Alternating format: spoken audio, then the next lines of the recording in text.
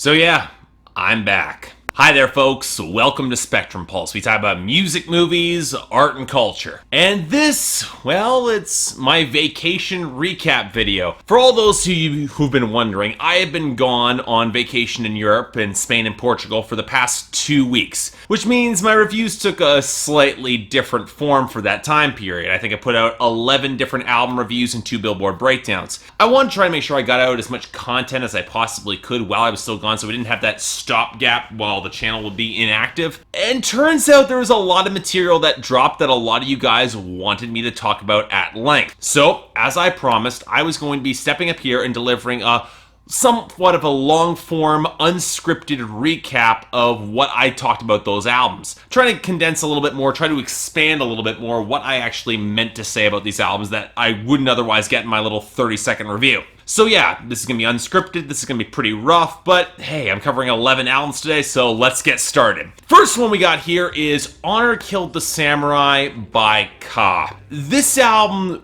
okay, as a fan of Ka, a New York MC, I really liked his project Iron Works, I really liked his project The Knight's Gambit, and this was a fascinating listen. The one thing I've come to notice about Ka is that he tends to bring in some pretty strong conceptual frameworks for his album, and he really does follow them through quite well. In this case, very prominently in the instrumentation. He takes a lot of samurai movie samples and blends them together very well into the overarching idea of the record, that being contrasting the gangsta in modern-day Brooklyn and the samurai. And the fact that while he's holding on to that sense of honor, that sense of altruism to give back to the community, which I really did appreciate here, and how that's ultimately wearing him down and could lead to his downfall in the end. And yeah, it's not particularly fair, even as he has to get money to survive, but yeah, that's the sad way that it is. There's a grim finality to this album, but there's also that sense of driving purpose in terms of its meditative approach to the concept that I really did like. And yeah, Ka is a spectacularly concise and potent MC. He's this kind of sort of guy who doesn't need a lot of words to make his point, but when he has the words and when he chooses them so well, it's really, really potent.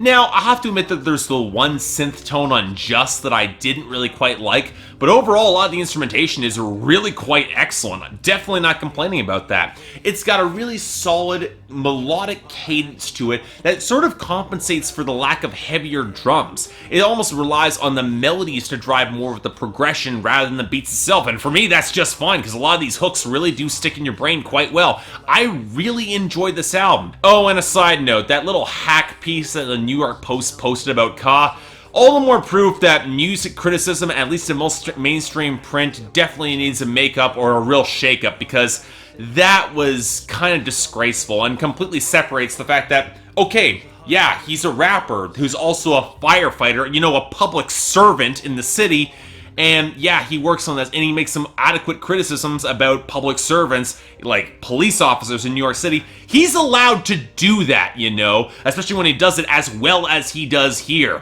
But now moving on to the biggest one, the one that, of course, he waited until I go on vacation and drop 2 projects. We got Frank Ocean to talk about. Now, the first thing we gotta talk about is that visual album project that he's got, Endless.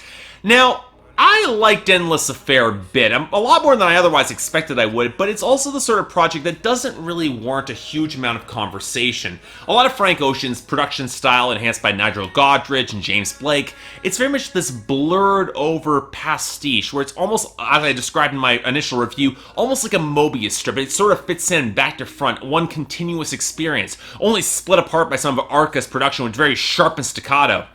And as for concept, well, here's the thing. Frank Ocean is pretty light and loose with concept, especially on Endless.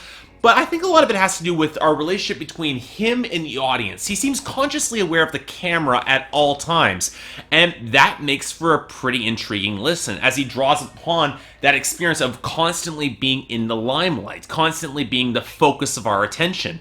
And that does lead to some pretty potent moments with the blurred over guitars and the synth. The problem with this project is that really, if you separate out any one piece, I don't think it holds together all that well. Yeah, there's a few moments here and there that I really like. Comme des Garçons is a great song, But again, it's a fragment, and those little fragments, they don't really hold up as well on their own. The album works better as one sole self-composed concept. I think that's where it comes together the best. Now, where the second project, Blonde, really comes together, it's got those self-contained moments that really comes together.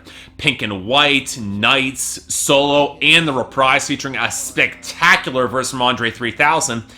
But this project also has a couple low points that I really didn't like, specifically Nike and Ivy. I appreciate some of the vocal filter ideas that Frank Ocean was trying with this, but as I said when I covered him on Billboard Breakdown, a lot of the strengths that come with Frank Ocean is the ability to convey so much soul and subtle, understated emotional complexity through his vocal delivery. And so you would mask that with vocal filters? That doesn't make any sense to me. But overall, yeah, I like Blonde a fair bit. It's got that emotional complexity, as I described before, emotional intelligence in describing these failed or fracturing relationships that came in the past, and his perspective now going forward in his current state. Now, as some people have described, there's a very nostalgic feel about that album, that Frank Ocean is constantly looking back on what's come before and what he's now living in now. It's almost a perpetual state of nostalgia. Hell, he called one of his previous projects Nostalgia Ultra. But here's the thing. Beyond just the instrumentation and production, which a lot of it is gorgeous, it does feel a little bit fragmented, and none of the grooves really come together for me. And more importantly, I'm not sure all the writing really works for me. Because, let's be honest, when you set yourself some pretty high bars with Pyramid, Bad Religion, Novocaine, Super Rich Kids, Pink Matter, there's some high bars when it comes to Frank Ocean's writing and being able to capture the emotions and the immediacy of those experiences outside of himself. Whereas Blonde seems a lot more self-contained to just his experience. And yeah, sure, that can be powerful. Take Bad Religion was a perfect example of that, what happened on Channel Orange, a record that, yes, I absolutely do love and was one of the best of 2012. But here it's a lot more self-contained, it's a lot more focused inward, which almost gives it an oddly claustrophobic feel, which is kind of bizarre given, as I said, I think it is a great summer album project, and how lush and humid a lot of the textures that run through it are. So overall, yeah, I like Blonde. It's got a lot of elements that come together for me, but overall, I think it's one of those projects that might work a little bit better in pieces than as a whole, so yeah, I kind of stand by what I say before. It's a good album, but not quite a great one. In comparison with R&B projects, let's say Anderson .Paak's Malibu, yeah, it doesn't quite get there, at least for me. Now, the next project we got, I'm surprised that I didn't get a little bit more backlash on this, because now it's time we talk about Cody Johnson. One of the two Codys from Texas country that I want to talk about. Now, Cody Johnson, I've got a tough relationship with this guy, because I liked his previous project, Black Label, for being a little bit rough around the edges, the writing being a little bit smarter. But in previous years, and particularly in the past two albums they put out before this, there was an odd level of arrogance that came through in his writing, specifically surrounding a lot of the girls. Almost a certain sort of complacency and expectation. I don't like it when this guy writes a lot about relationships, because he doesn't really get into the complexity of the emotions, and there's not a lot of drama that when he describes that, yeah, I've got my girl, I'm so happy, and we're banging near constantly, and don't even get me started on his political material. Now, with this particular project, Gotta Be Me, I like a lot of the textures that he's using. It's very much of a modern, neo-traditional country feel. It's got a lot of fiddle, a lot of steel guitar. I'm on board with this. The problem comes is that it goes long, and a lot of the subject matter of the songs really does start to run together. Like, Billy's Brother, fun song for being in a bar, I get that, but a lot of his relationship songs just kind of rub me the wrong way. I don't get that sense of drama. Even on the song Walk Away, where he knows the girl is cheating on him in that song, he then just goes up to the guy that he runs into in the bar who's cheating with her and just says like, you know, I still love her, we're somehow gonna make this work, you just gotta walk away. And it feels oddly muted and restrained in a way that I don't think best flatters his vocal tone. And that's the other thing. He freely admits in the best songs of this album that he's not particularly cool, he's happy he's got his girl. Earnestness is a really good look for him. But you get later on this album where he's trying to be cool, or it seems like he's trying to be a little bit more cool, where he's trying to hook up with his girl and trying to make things all light and fun. And honestly, it's not a flattering look for him, especially as the album winds down to the close. It just starts to drag a little bit, and honestly, a lot of the subject matter starts to blur together. He's not a distinctive enough writer in his subject matter to really distinguish him beyond, let's say, what Cody Jinks was doing on I'm Not the Devil, which really was a far superior album. So yeah, in terms of Texas country, it's not bad. I like this sound, but a lot of the writing did not stand out for me. I don't really see myself coming back from this beyond just being a pretty decent record. Next up, oh boy. Okay, this is Lindsey Stirling's Brave Enough. Like any nerd on the internet, I've got something of a crush on Lindsey Stirling, and I like a lot of the material that she does. She has a very distinctive sound with the violin balanced against the electronic beats in production. The problem is, and this is something I noticed back when she really shattered me, is that she's got a bit of a formula where she falls in with a certain type of violin tone. And I warned her very much on that album that if she didn't switch up or bring in better or different electronic production, this could make some of her material seem more like a gimmick. And I didn't want to see that. Again, I like a lot of her material. The problem with this album, Brave Enough, is that while there is some experimental shifts, I'm not sure it's the shifts that really flatter her. Yeah, because there's a few problems that do extend over from Shatter Me. For one, again, you let the violin, you let that melody coast on the groove, and you don't let the groove just chop it up or become so dominant that it really renders the violin superfluous. But then she tries to bring in some more trendy tropical house beats, and okay, those tropical house beats, they have a place. They've got a certain amount of groove and flow to it, and yeah, they are better percussion, which is one of my big issues I had with the album previously. But at the same time, they're not a really good fit for Lindsey Stirling's brand of earnestness. She's a more earnest, more heartfelt performer. She's not really trying to play for that club cool vibe. And I'm okay with that. She's got songs like The Arena that don't even need to bother with that. Lost Kids is a great example. And the ending song, Gabby's song, is heartbreakingly powerful. Beautiful, sparse arrangement with the piano and violin. Absolutely great track. The problem is, when you start bringing in more trendy vocal guests and you really don't provide them a lot of interesting lyrics, that song she did with Lecrae and Rivers Cuomo was really such a letdown. I thought they would do more than just your standard go for the gold sort of song. It's really a track that could have soundtracked the Olympics for how generic it was. I think my larger issue is that, well, it doesn't always fit with her formula. And that's the point, she's getting a formula. You don't get a song as wildly brazen or rough-edged like Round Table Rival off of Shatter Me that actually had some bite to it. A lot of this album just feels kind of toothless. And while I do like her formula, I like that wispy, transparent, almost soaring sound, eventually, you're 3 albums in and you're not innovating more, and that's really kind of a concern. And being truthful, it might be one of the reasons why Lindsey Stirling's star in recent years has not been as bright as it has been by, say, around 2013, 2014. Again, it's a good project, one I liked, but I want to see her push her boundaries a little bit more, alternate her violin tones a little bit more, bring in a little bit more weight and muscle. She got there in the percussion, just let's bring in a little bit more. Go a little bit bigger, get a little bit more ambitious. Right now, she's in a comfort zone. I think she should break out of it.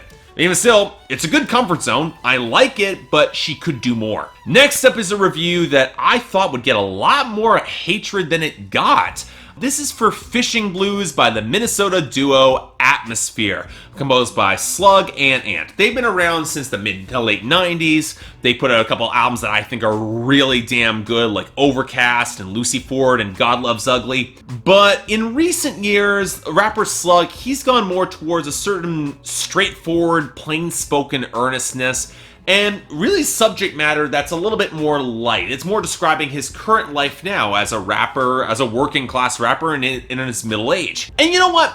I can think that there's a lot of elements you can mine from that territory. And certainly Ant is giving him enough production that actually can play to that. A little bit more acoustic, a little bit more rough, a little bit more of a live band feel. And certainly I can appreciate that. The problem with this project, and the one that really got under my skin, was that it felt really indulgent. It felt like this was a sort of album that badly needed a second or third draft, if only to get rid of so many of the whack lines. There are a lot of really corny references here, and yes, I know Slug is a great MC, he's easily churned out more high-quality rap, but the thing is that when you have songs that could be so much more focused, and you have tracks that will just end after 2 verses, then go for an instrumental outro that might go out and then fade back in, or you have points where are just bizarrely structured, where he could say more, or even saying something of substance and intensity, and he offers some really whack and corny bars. I'm sorry, that doesn't click for me. And that's to say nothing of the waste on this record. You get MF Doom, and yeah, his verse is okay, but yet Cool Keith just to ramble over the outro. You got Aesop Rock, who easily dropped one of the best records of this year, and you only get him to do 4 bars on an outro? And then you have this album that goes long for no adequately explained reason, especially on the ending couple tracks where it feels like he's retreading a lot of similar territory. Again, this isn't exactly bad material, because Slug is a really good rapper, but the problem here is, look, I don't think we're at the point where we want to hear about Slug going home, going next to his wife, getting too drunk that he can even masturbate properly. I mean, seriously, I get that might be a relatable scenario for some people, but there's certain things you write songs about, and there's certain things you don't, especially with a corny as hell hook. We didn't need to hear that on the record, man. Now, to be fair, there are some political moments on the record that brought a little bit more of that intensity and fire back to Slug that, yeah, I definitely like it. He's got a way with words that I do appreciate. He's got more of that storytelling instinct. The problem is that we don't see enough of it. And when this album goes long, and believe me, it goes long, I'm a little bit shocked that he doesn't go more into that territory, because otherwise, it would be a really good fit for him. I wanted to see more of it, and we didn't get it. So yeah, this album really frustrated me. Again, decent, but it should have been better. Again, as I said, I liked him when he was more committed and concerned. Now, next up, we've got one that spurred up a lot of controversy. My review of Britney Spears' Glory. Look, there's no easy way to talk about Britney Spears in today's day and age, especially when you have so many other pop starlets that inevitably she will fall in comparison to. And I get a lot of people saying, well, you just don't like Britney Spears. That's not true at all. Actually, go back to a lot of her late 90s work. I like songs like Lucky and Stronger and Hit Me Baby One More Time and Oops, I Did It Again. There is good material she had back early on. And hell, I don't even mind this album is entirely full of sex songs. Hell, she did them halfway decently. The lyrics are one of the few things that I don't have issue with on this album. The problem consistently has been instrumentation and production, and to some extent Britney Spears herself. Because Britney Spears, given her vocal tone, she's something of a limited performer. She can't really stretch her voice to do a lot, and when she tries to do so, it can get kind of ugly. And you know what, you could work with this if the vocal producers knew what the hell they were doing.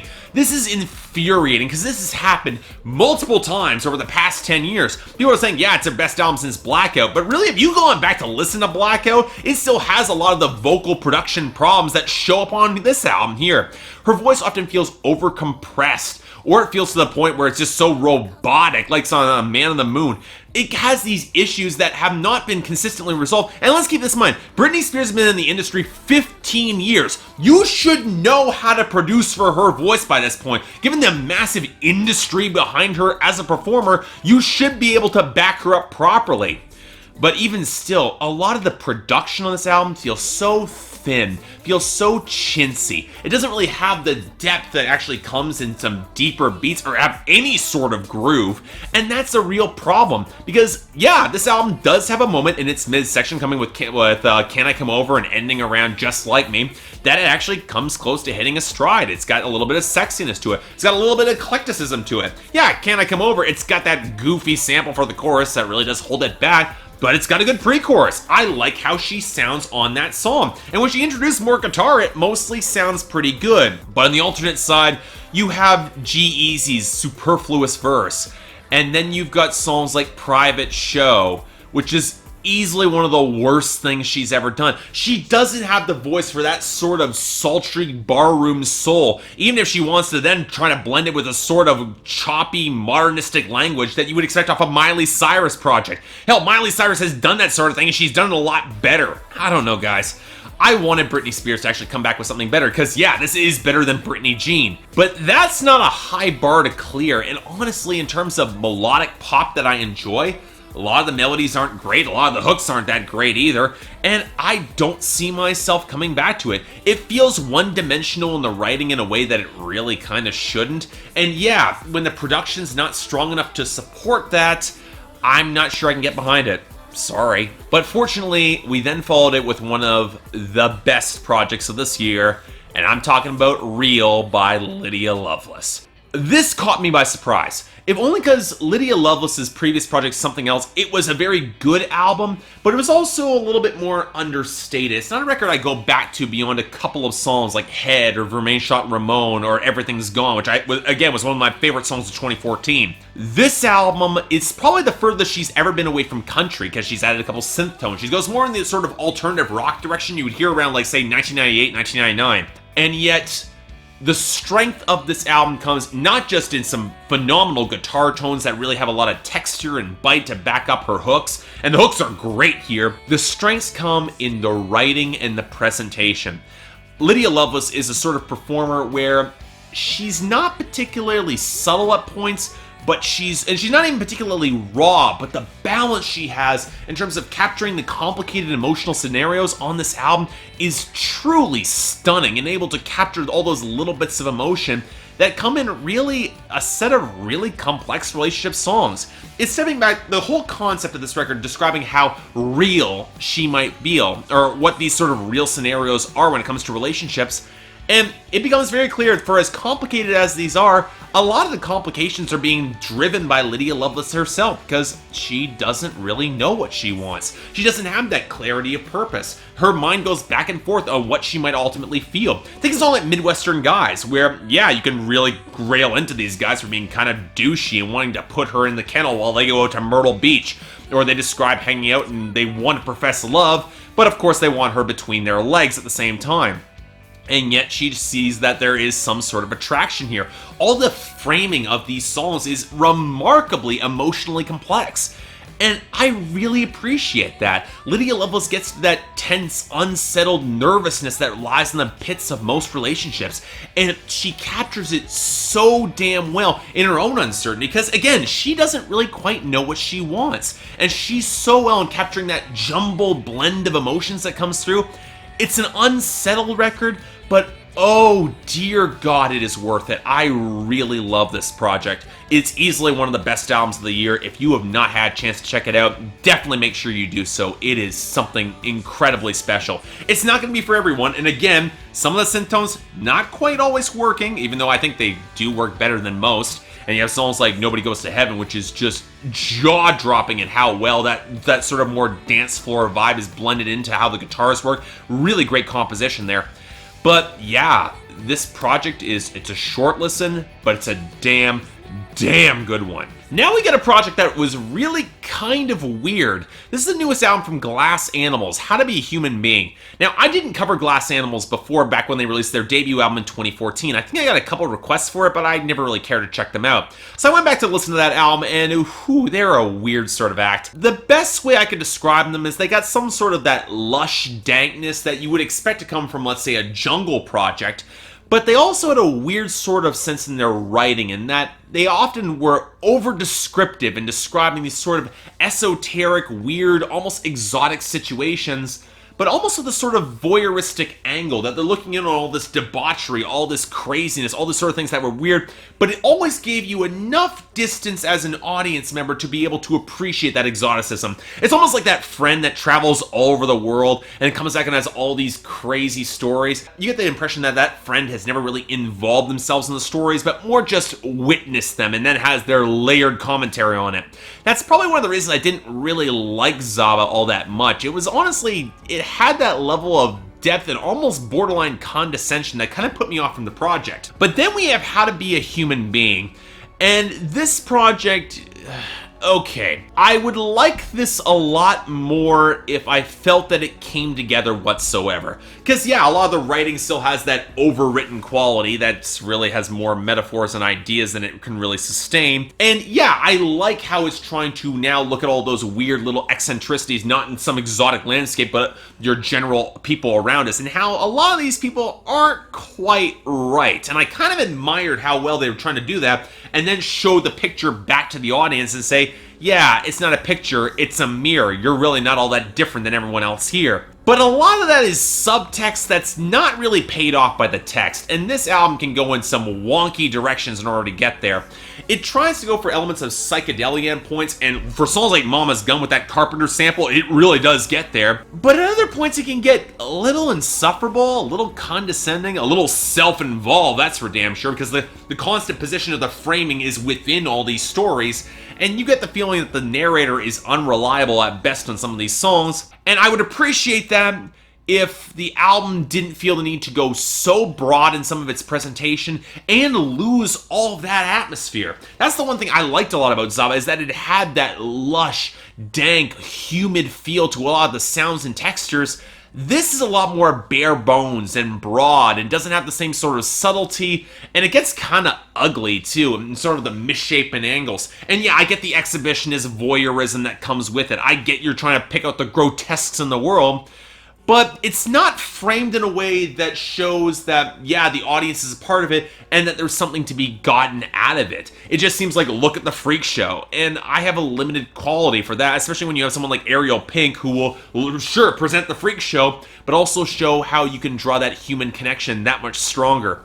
I don't know, I appreciate what Glass Animals is doing here, but I'm not sure they pulled it off as well as they wanted to. Granted, on the topic of people not pulling things off as well as they want to, we now have to talk about Florida Georgia Line's newest album, Dig Your Roots. I feel partially responsible for this, because Florida Georgia Line, very early on, back when I covered Everything Goes, they're like, you know what, we're gonna go for something that's a little bit more mature in spots. Sure, they were sticking more to your typical bro country anthems, but they had songs like Confession that were more mature, they were a little bit more melancholy, a little bit more meditative, a little bit more that they were able to step back and think a little bit more.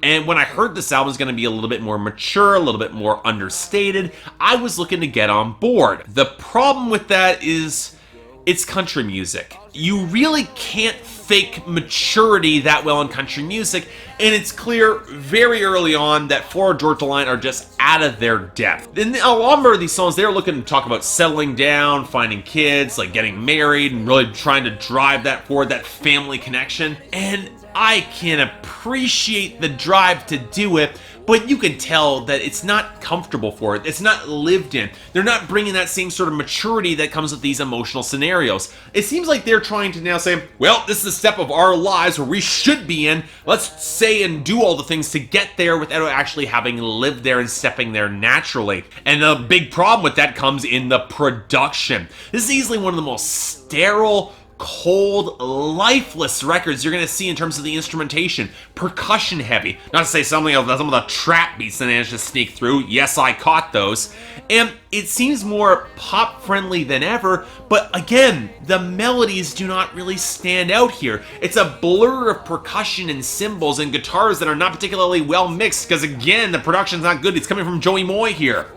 And yeah, I can appreciate some of the melodies here. There are some decent hooks. And yeah, the Backstreet Boys show up, and frankly, it's surprisingly decent. The problem is when you're trying to blend all these songs together, it doesn't have that level of earned authenticity that means that I could get behind their actual struggle. And sure, it's being presented in their shape and form of it, but the writing even feels then a little bit more of a cop-out. It feels like sensitive steps in that mature direction, or going whole hog into it and feeling completely unworthy of it, when in reality you think that might be better making summer songs. And yet even then, a lot of their summer songs are just so banal, wrapped in the same bro country cliches that we've heard dozens of times before. Or worse, when they get Ziggy Marley on it trying to make some sort of psychedelic reggae-inspired anthem that was just so stale and so badly produced, and those guitars did not sound good at all. In other words, yeah, I can appreciate Florida Georgia Line taking more of a risk, but this was a risk that did not pay off. It does not sound good. I'm not behind this at all. But then again, I prefer Florida Georgia Line taking a risk than to what Delain did with Moonbathers. This is the last album I covered, and this one frustrates me because, look, Delain's been around. They dropped their first album 10 years ago. And yet, I can't feel like their sound has evolved much at all. As I said in the review, it feels like they're jogging sweatily behind what Nightwish was doing back in 2007. And yet, Marco Hitala, he's not on this album. I can appreciate that. They're trying to carve out more of their own niche. The problem is, and this has been a consistent problem, is that Delain is a pop band in terms of their songwriting, and really a lot of the compositions of their songs, but they're trying to be so much heavier. And yeah, sure, I like that sort of heavier music, but in a year where we have both Avantasia and Tarja dropping much stronger symphonic metal projects, this project feels overdone, but without any of the bombast in the writing to back it up. And that's part of the problem that comes through with the writing. It tries to explore a lot of songs about death and melancholy, about reaching that end, and yet so much of it feels like the sort of overwrought poetry from a bad emo journal from a teenager. It's really overwrought, it's really badly framed. I'm not really all that engaged with it. A lot of the writing just falls completely flat for me. It feels kind of stale. And of course, you got songs like Fire with Fire that plays to your standard self-esteem anthem and fighting back and that sort of thing. Yeah, I know Delain does this all the time, but I just was not on board at this point. The one interesting thing I will say about this album is that it's got a song, a Queen cover from their later career from Scandal. And yeah, it's not a bad cover, but again, when we have symphonic metal covers like when Tarja covered Supremacy by Muse, again, there's a standard of quality here that Delain's is not measuring up to. At this point, I'm confident in calling them defiantly B-listers in the symphonic metal scene. They're not as good as Epica, they're not as good as Nightwish or Within Temptation, or even Avantasia. They're not delivering in terms of the compositional strength or memorable melodies that will actually stand out. They're a very safe band. And frankly, in symphonic metal, if you're going to go big, you got to go big or go home, because at this point, they just didn't really engage me all that much. That's all. I can appreciate why some people like them if you're a little bit more in that safe category, or you're looking to find that beginner stepping stone act until you get into much more heavy, more complex acts. But yeah, this really didn't do much for me. I'd be hard-pressed to remember any songs on here given a week. Just saying. So yeah, that was my entire go-through of all the albums that I covered on vacation. I got a busy couple of weeks coming up, both in personal life and other things, so I will try to get through as many albums as I possibly can. But right now on my docket, I got Travis Scott, Isaiah Rashad, Angel Olsen. I got that De La Soul project that I personally want to cover, if only because I've been going through De La Soul's discography and their back catalog, and I've been having a blast doing it. I really want to talk about their newest album. But yeah, my schedule's going to get a little bit tight upcoming weeks, especially considering that September 9th, it seems like everything is dropping. But until then, I'm glad you guys were so patient with me. I hope you enjoyed the vacation reviews. If I ever go on vacation like that again, I might do something similar. It was pretty easy actually to put together. I did enjoy doing it. But yeah, going back to my regular format come tomorrow. Until then, I'm Mark, you're watching Spectrum Pulse, and I'll see you next time.